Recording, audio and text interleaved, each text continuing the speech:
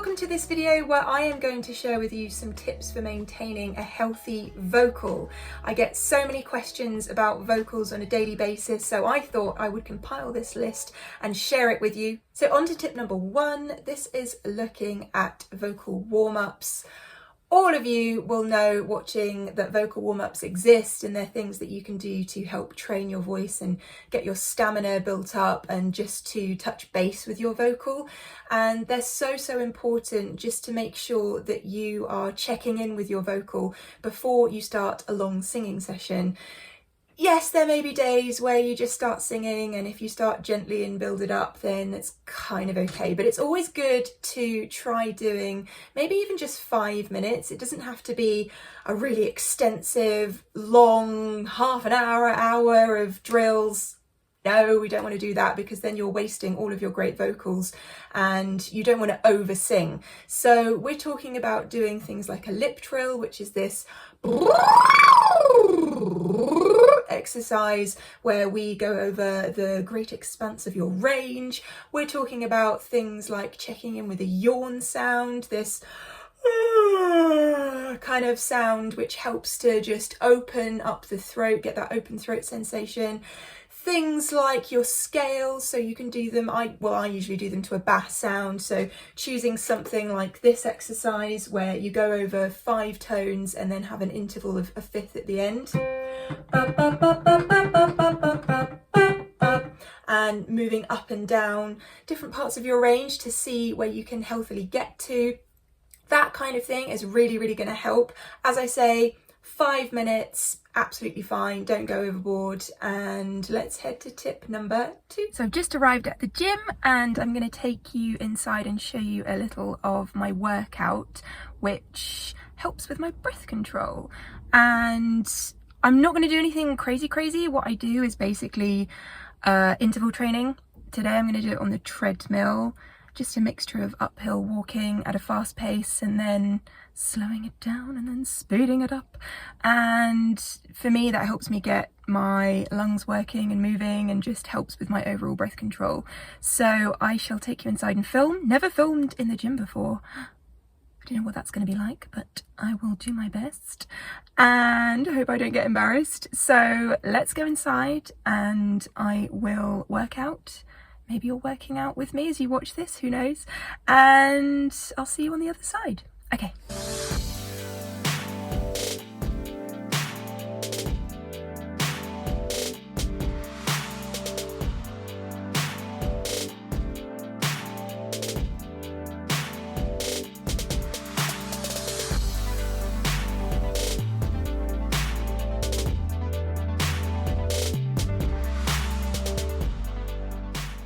So I've just finished in the gym, still out of breath. It's a good workout though, and gets the heart rate going, gets the breath control at its best. And that's part of 3 workouts that I do in a week. 1 of this, sometimes 2 of this, depending on how I'm feeling. 1 swimming session and 1 bodyweight training workout.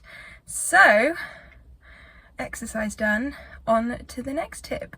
So following on from exercise, we're going to look at diet. Now, this isn't me talking about go on a special diet or looking at crazy ways that you're cutting calories or anything like that. It's nothing to do with that.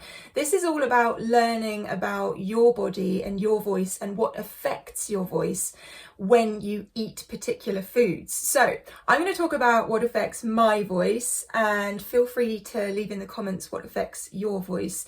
For me in particular, if I have dairy products or if I have really acidic products, so orange juice or a lot of ketchup, then I find that it affects my voice and I can't sing as well, or I get a little bit of a frog in my throat. Sometimes you may have seen videos from me where I'm just talking and I sound a bit grouchy, and that's because I've just eaten a food that I know affects my voice, but I'm just talking, so it's fine.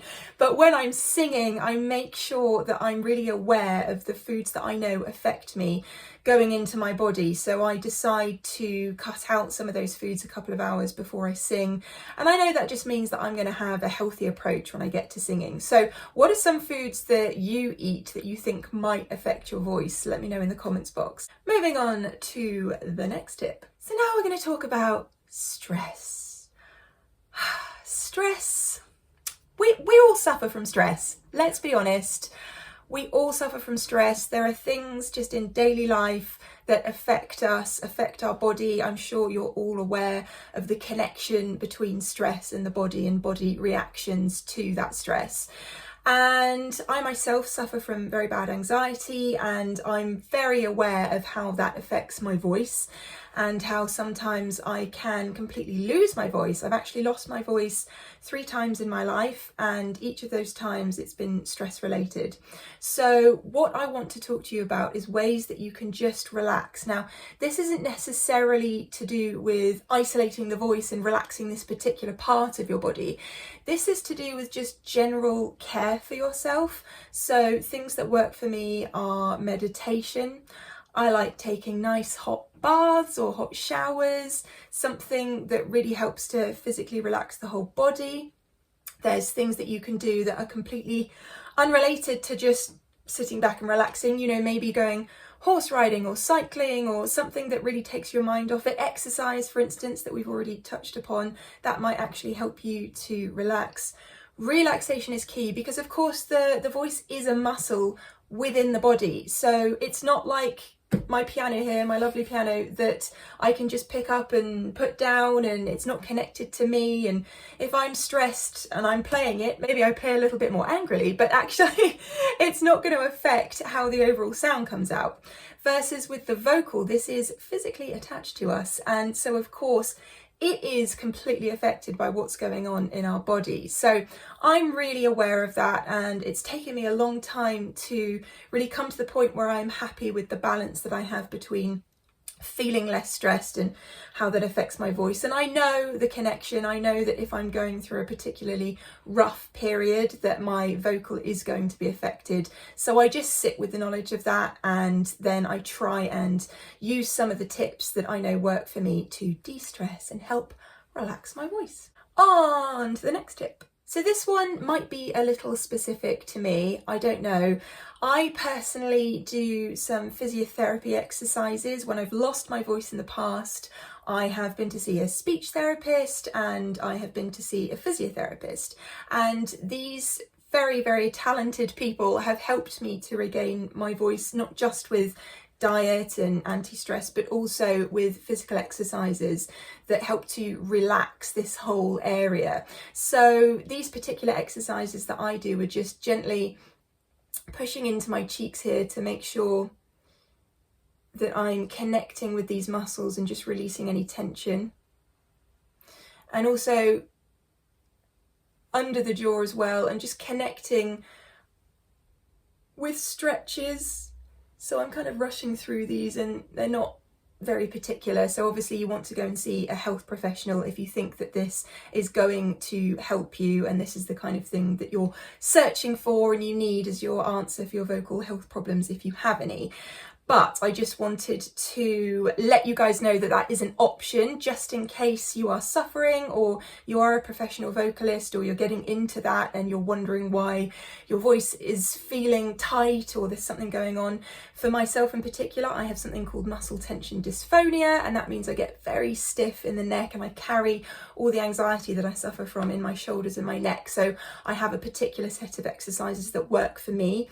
They won't necessarily work for you. So as I say, do go and see a professional in that field if that's something that you think will help you. On to the final tip. So this one is all about stamina. So we touched upon that with the vocal exercises, but actually, this also includes having vocal rest days. You may have heard some of your favourite singers, part of their routine when they go on tour is to have complete vocal rest before they sing. This is a great, great tip. If you are singing night after night, It is difficult. So the thing that you want to do is try and help your voice by giving it a rest. So if you feel like that's a particular tip that's going to help you, if you know you've got a couple of gigs coming up, then by all means have a complete vocal rest day.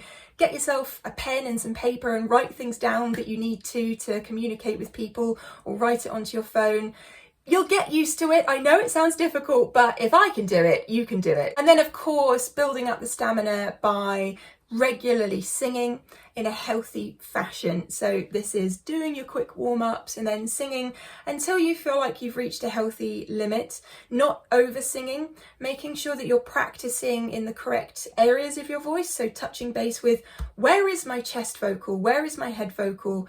Am I singing healthily? Am I using mixed voice where I need to? All these kinds of things. This is what's going to help you build up a healthy stamina and increasing slowly over time the amount that you can sing, the length of time that you can sing for. Okay, so those are my lifestyle tips for a healthy vocal.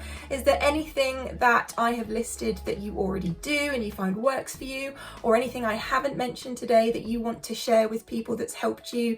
Please do comment below and we can all share our healthy vocal lifestyle tips and continue on our singing journeys. And if you want to learn even more about this subject, I do offer my Wisio service, which is wisio.com/Nina Schofield, where you can ask me any questions or have bespoke vocal coaching services with me, and I will send you personalized video responses to all of your questions, and we can go into detail on any subject matter that you think you need help with. So do check that out as well, wisio.com/Nina Schofield, and I will see you again for another video very soon.